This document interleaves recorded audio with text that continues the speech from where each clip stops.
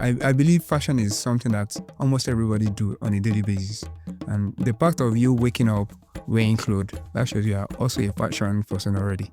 And I believe that's an impact for people to just create something from their mindset. Fashion is something that comes from your mind. Usually when you have mindsets of, okay, I have this clothes I want to wear, the combination should not be a problem to you or a barrier. And I believe all of us, we are into fashion, one way or the other.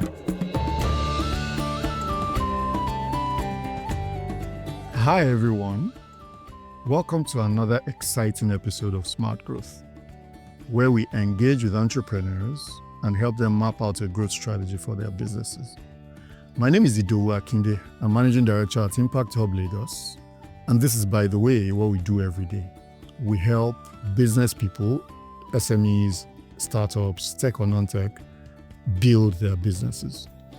With me on the show today is an exciting entrepreneur.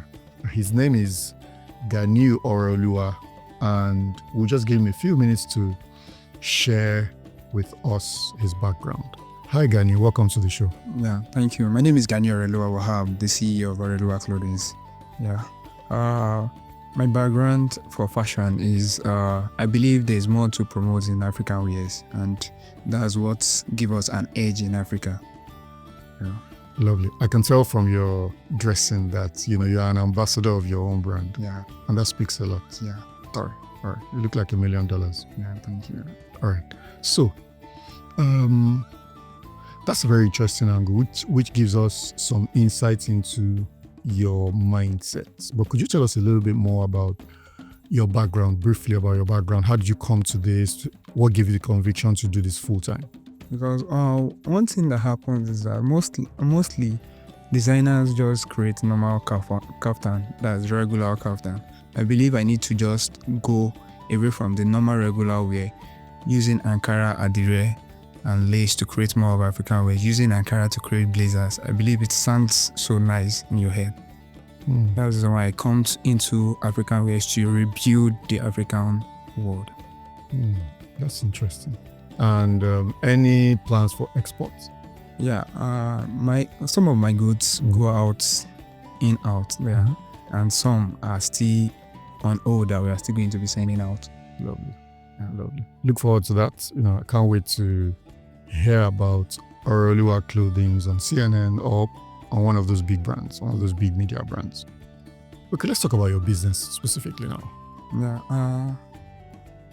Fashion to me is everything that I believe fashion is something that almost everybody do on a daily basis. And the fact of you waking up wearing clothes, that shows you are also a fashion person already.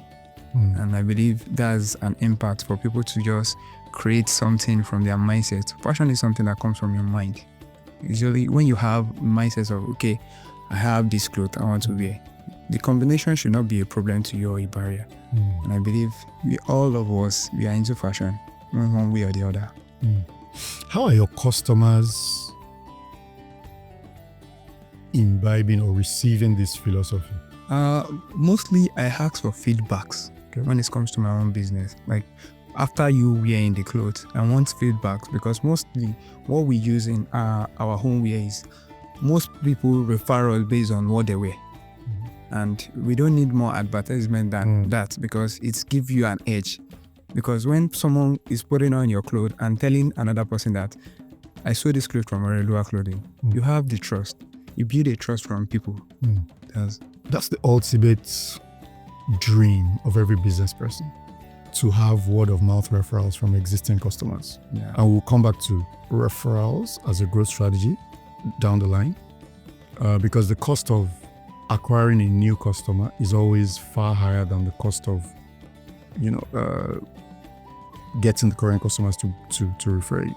Having said that, what does your customer base look like? How many customers do you currently have? I have like 100 customers, mostly based on referrals. We get more of clients, more of designers. Yeah. Sometimes we use ads, like using ads on Facebook and Instagram. Connected my Instagram and my Facebook. They use it to run ads to create and to see a larger audience. Like people that don't know you understand where you are coming from based on where you are, what we are promoting. Lovely. So 100 customers, on the average, how many of them transact with you on a monthly basis? At Depending least once every month. depending on emails we send out, and based on request determines what we produce. You understand? We don't just have a request like anyhow. It's based on request when you're in need, because mostly Nigerian economy does not accept this fact that okay, you are sewing clothes without having the reasons anymore. People sew for a reasons. Okay. So what's the average value of each order? Average Each request. Yeah. Average commercial value. What's the average price? I don't want to use broad price, but average customer order value. Based on the Nigerian situation, we have to adjust based on, most people are not able to afford what we are giving them now. We need to reduce some of the prices and just upgrade some and try to work with people's mind also. Okay, so average, just Average. I mean, like price. If I wanted to sew you used the word kaftan earlier.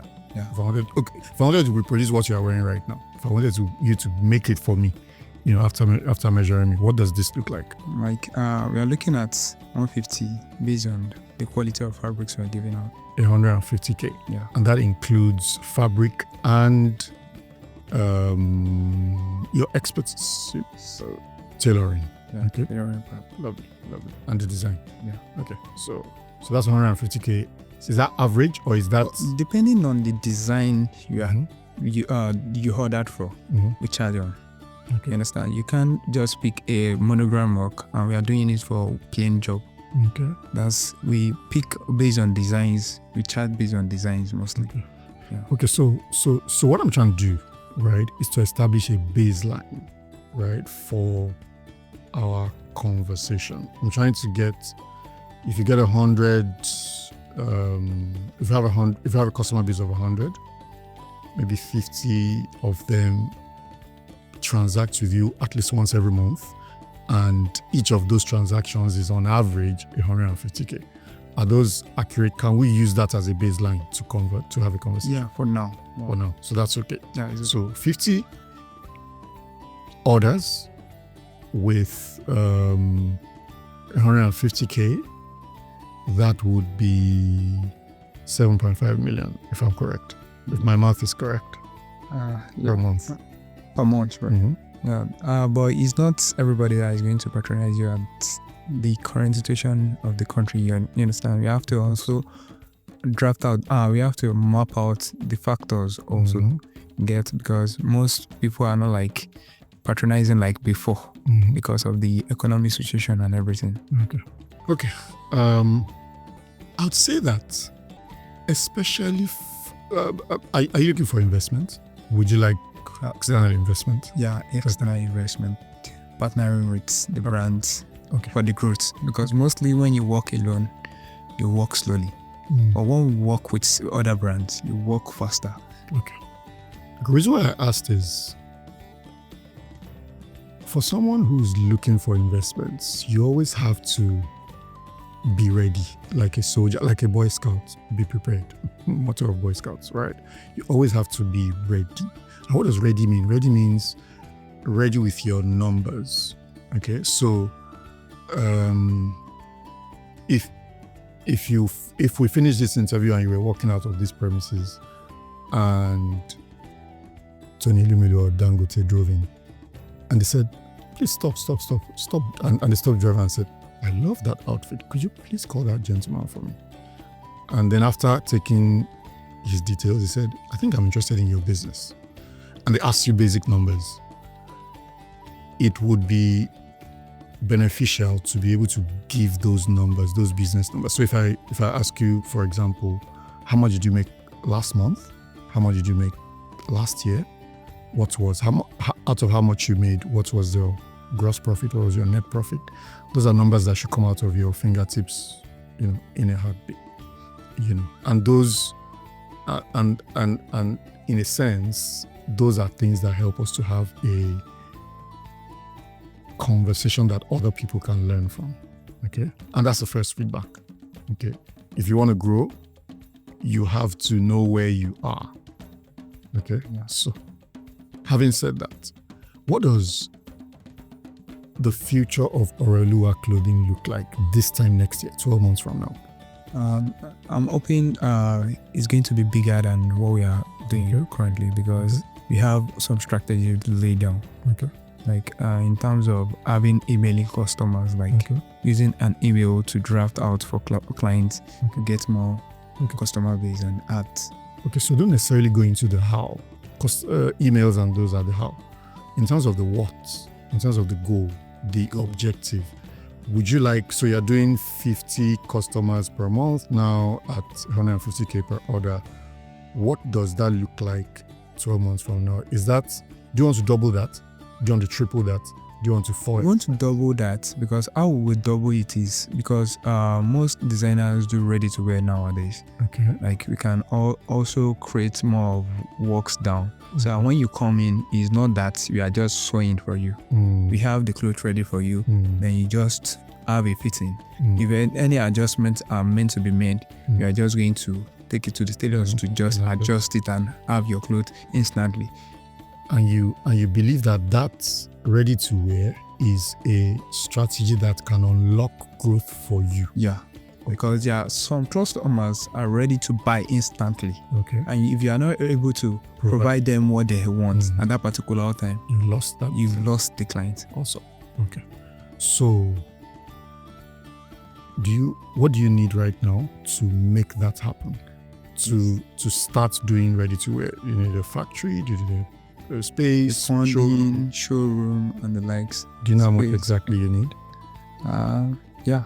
Okay, how much? Sure. Like I'm seeing like over 100 million, 500 million is going to work for us, because we have a strategy laid down using like those popular places in showcasing, and I know how rent may be now, and you have to plan ahead, because it's not something that I can just walk today and just scratch down tomorrow. You have to have something laid down. Okay. Two things. One, 100 million in what currency? In Nigerian currency.